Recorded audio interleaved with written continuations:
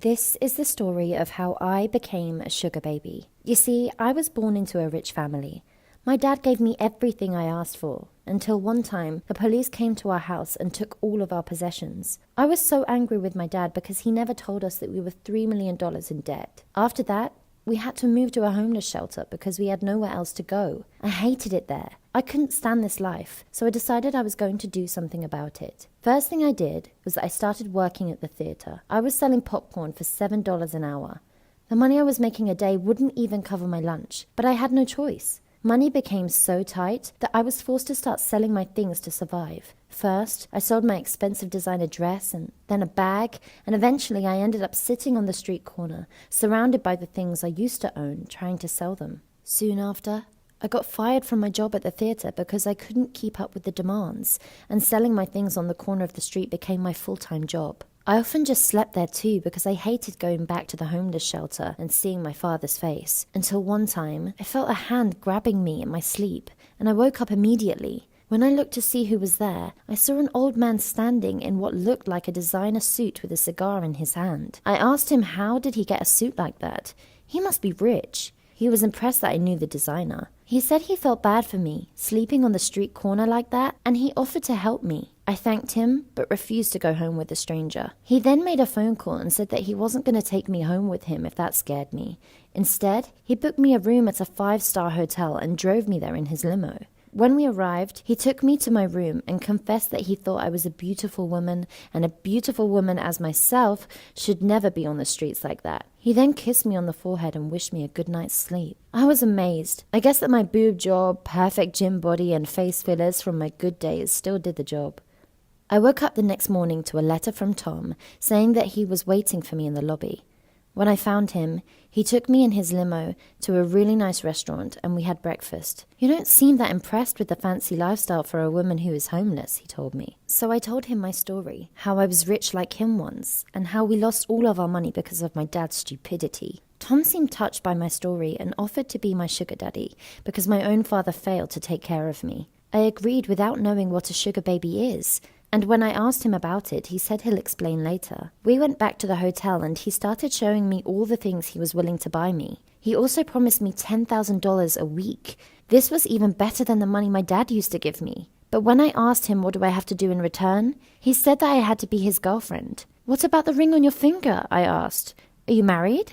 He said that his wife was an old lady who he can't stand anymore and that I should not worry about her. I didn't really want to say yes to becoming this guy's sugar baby. I mean, he was like 30 years old, but I also hated the idea of going back to live on the streets like a homeless person, so I agreed to these terms. After that, Tom bought me my own apartment and car. They were both fancy and I loved them. Unfortunately, a thank you wasn't enough, and I had to give him something back in return. I kissed him, wore pretty underwear for him, and did everything he asked for, but at the time, all of that seemed like it was worth it. Tom never slept at my apartment though, because he had to go back to his house to see his wife and kids, so I slept alone every night. When I told Tom that I was lonely, he got me a puppy and named him Alfredo, even though I wanted to name him Munchkins. And since that day, I started to notice how bossy and controlling Tom was. I began to really hate him. He started asking me to change myself slowly. I only wore the things he wanted me to. It was all pretty clothes, and after a while, he thought that I should get another boob job because my implants were too small, as he described it. And on top of that, he made me dye my hair blonde. Basically, I was a prisoner living a luxurious lifestyle. It didn't make me happy. When I wanted out, Tom demanded that I'd pay him back every penny he spent on me, and then I could leave. But in reality, that was impossible to achieve. Until one day, I was sitting in a cafe and a guy came and started hitting on me. He said that I looked so hot, and then he asked if my breasts were natural. I was furious and told him to go away. Eventually, we got into a big fight, and that's when I had no other choice but to call Tom and ask him for help. But when I did, Tom told me, "You look like a hoe. Why would anyone treat you any differently?" He then added that he was too busy for the BS, and he hung up. I didn't want to seem weak in front of everyone, but tears started falling down my cheeks uncontrollably. But then I felt a hand grabbing me, and when I looked over, I saw that it was the barrister who sold me my coffee. "Come with me," he said, and he took me to the back side of the cafe. This guy's name was Edward. He dried my tears and listened to me as I told him about the guy. He was a pretty good listener, so before I knew it, I started telling him about Tom and then my story as a sugar baby and what had happened with my father. We spent hours talking, and I could swear that for the first time, I felt like someone really actually cared about me. Edward took my number and said that he'll call me and help fix my problem. At night, I waited for Edward to text me, but he never did. I went to bed at 2 a.m. knowing that no one really cared about me in this world. I was just a bimbo whose whole life relied on men to provide for her. I wished that I could be my own self and independent. I slept that night hugging my pillow and crying, but when I woke up, I saw a text from Edward that he sent at 3 a.m. It said, "Sorry, Hannah, but I was stuck at a late night shift. How are you?" I was happy that Edward texted me. I sent a text back, and since that day, I started texting him all the time. He told me that he likes kids and that he loved traveling. He was very intellectual and read a lot of books, and most importantly, he had a good heart. After months of texting, I decided to meet up with him behind Tom's back. I would see Edward every other day, and the more we met, the more I fell for him. I wished that I could run away with Edward somewhere far away, but he didn't have enough money to support both of us. And I wanted to work, but if Tom found out, he would probably kill me. Until one day, I decided that I wasn't going to let Tom stop me from doing what I wanted to do anymore. And I decided to start working with Edward at the cafe without Tom's knowledge. And it felt great. I started saving the money that I was making, and it made me feel good about myself. Soon enough, I wasn't spending Tom's money anymore, which meant that I was on the way to becoming independent. But my bad luck struck again, and I found myself facing Tom one day at the cafe. I never expected him to buy his coffee from a place like this, so I never planned how I should react in a situation like this. When he saw me, he was very angry. He then told one of his men to escort me to my apartment before I could even say goodbye to Edward. His guy took me with him and drove me back to the apartment and left me there, and took the keys. When I searched for my phone, I found out he took that too. I had no cell or Wi-Fi connection anymore. Tom had basically cut me off completely from the outside world, and I had no way out. For the next week, I was in the apartment with Alfredo all alone. No one came to visit me, not even Tom. I felt like I was about to go insane, but after 7 days, I was surprised to see Tom visiting me. He gave me a hug and said that he missed his sugar baby. Then he started asking why did I do all of that stuff behind his back, and what was it that bothered me, as if he cared about my well-being at all. I tried to act nice to him in hopes that I would persuade him to let me go, but as soon as he left, he locked the door behind him and left me in my prison again. I couldn't live like this anymore. I felt like I was about to go insane. I started hitting the door trying to break it, but instead I broke my arm. I was in so much pain I couldn't even breathe, but I wasn't about to give up. I wrapped my arm in a bedsheet and grabbed the biggest chair I could find in the apartment and smashed the window. I struggled to get out, but when I did, I headed to the cafe I used to work in and I looked for Edward. But when I saw him, he was holding another girl's hand. I slapped him on the face and called him a cheater in front of everyone and left the cafe. But after a few minutes, I noticed that Edward came and sat beside me and gave me a big hug. He said that he was sorry and that he thought that I had left him, and he's been so upset about it. I decided to forgive him, but then he revealed to me that he had already gotten that girl pregnant and that he had to stay with her to raise the baby. I was devastated, but that wasn't gonna let me give up and go back to Tom. I started working at that cafe like I used to, and I would see Edward and his pregnant girlfriend flirting with each other at the cafe every day. She was a total hoe if you ask me, but I was determined to stay strong until one day, a guy with a suit came to the cafe and asked me out for a date. I was hesitant about going out with more men, but it was hard for me to see that Edward had moved on with someone else, so I agreed. Luckily, that guy was very rich, but he wasn't anything like Tom. He bought me everything I wanted, but he also loved and cared about me. I guess you can say that he was my lover and sugar daddy at the same time. As for Edward, well, he would see my new boyfriend at the cafe and get really jealous, but I didn't feel sorry for him. Did you like my story? Please share your thoughts down below and don't forget to like and subscribe. Toby and I met when we were 13, and we became best friends almost instantly. When we were 15, we decided to start dating. I am on the school hockey team. That was where I met Jason. He was in the year below me at school, but he was so tall and strong, with dazzling eyes. I couldn't help but blush when he came to sign up. Over the next few weeks, Jason and I spoke more and more.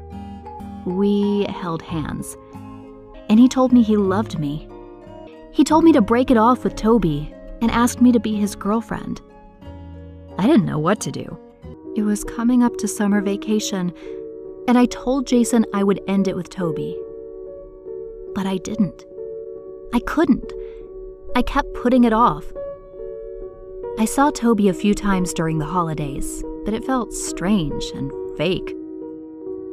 Worried that he was suspecting something, I told him that I loved him and arranged for us to go out to dinner. At dinner with Toby, I left to go to the bathroom, but when I came back, he had my phone in his hand.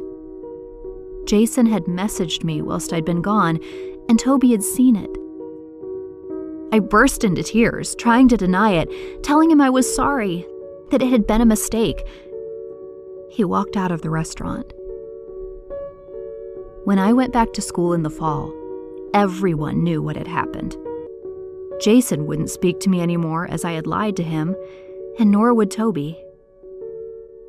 It has been 2 months now since that happened, and people don't really care about what happened anymore.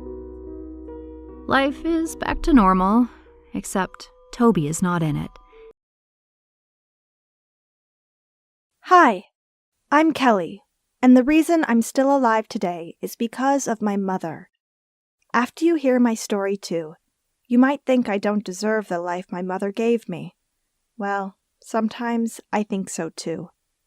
It all began since I was a little child. I was born with kidney problems, and I always had to go to painful treatments just to stay alive. With time, life was getting harder, and I can't tell you how often I just wanted to give up. Despite my struggle, I wanted to enjoy the little things in life like any teenager, especially that I didn't know how much time I have left. I was determined to use every second. You see, my parents didn't understand that, especially my mother. I had to argue with her before I could do anything. She was always afraid something bad happens to me because of my malfunctioning kidneys. I wasn't allowed to go on long trips with friends, no camping, no parties, and no sleepovers. Basically, I was sick, and my parents made my life even more unbearable. With time, the relationship with my mother became very complicated. I would get 20 calls from her a day asking me where I'm at, how I was feeling, and if I took my medicine. Most of these phone calls would end up with a heated argument. I felt like a prisoner that is being watched, and all I wanted was to be alone.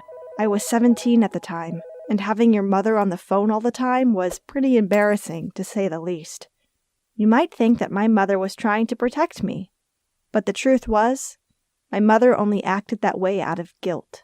While I was waiting for a kidney donor, I always knew that there's a high chance that my own mom would be the perfect match.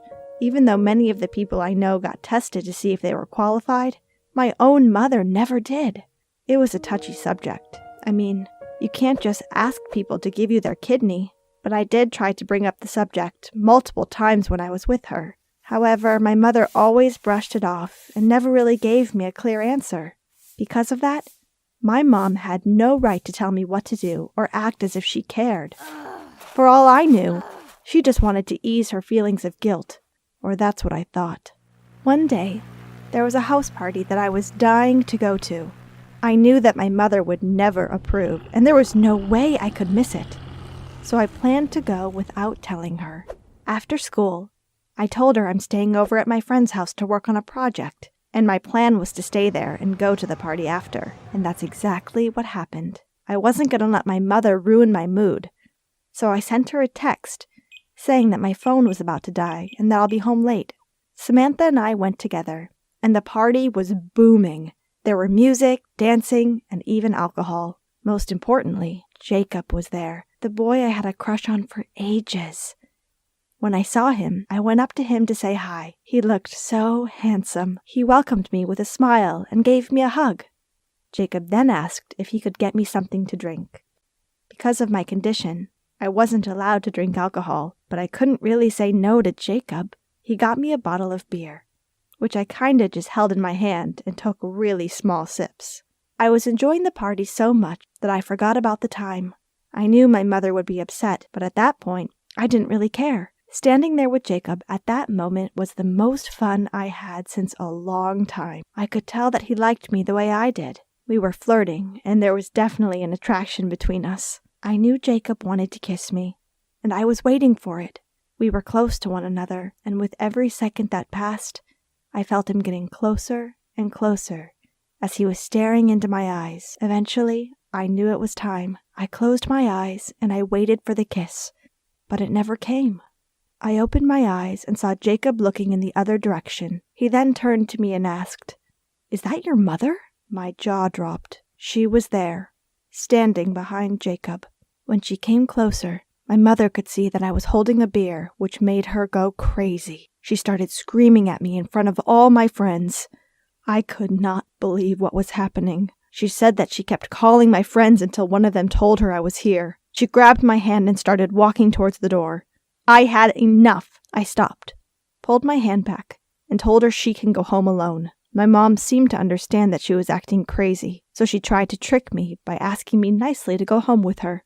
But there was no way. I was not going to let her control me anymore, and she was ruining my chances I have with Jacob. I looked at her and said with a loud voice, "If you're so worried about my health, why don't you just donate a kidney to your dying daughter?"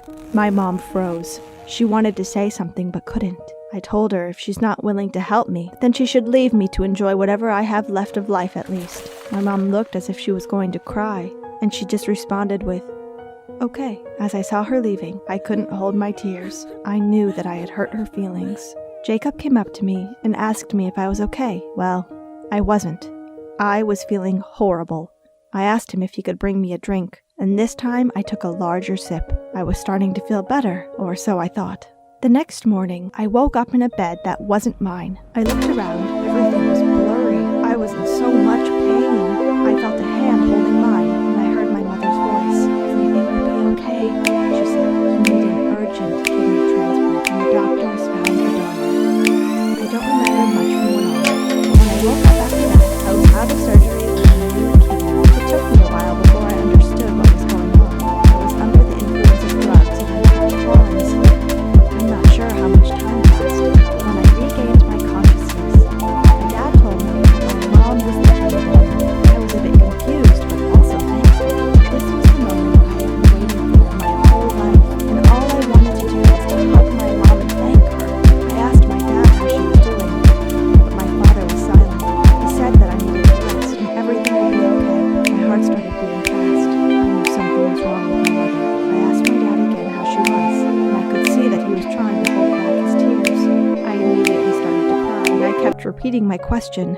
Eventually, my father told me that my mother had passed away. I was quiet for a few moments. It can't be. How could she die? She was just with us. My father then explained that my mother knew she was an eligible donor from the beginning, but the problem was that the doctors told her that her body might not be strong enough, and she could risk her life. She then decided to wait for another donor, but when things seemed hopeless, she chose to give me her kidney without my knowledge. She was sure that if I knew it would risk her life, I wouldn't accept it. It was her choice, my father said. She couldn't see you suffer like that any longer. I wasn't ready to hear that answer.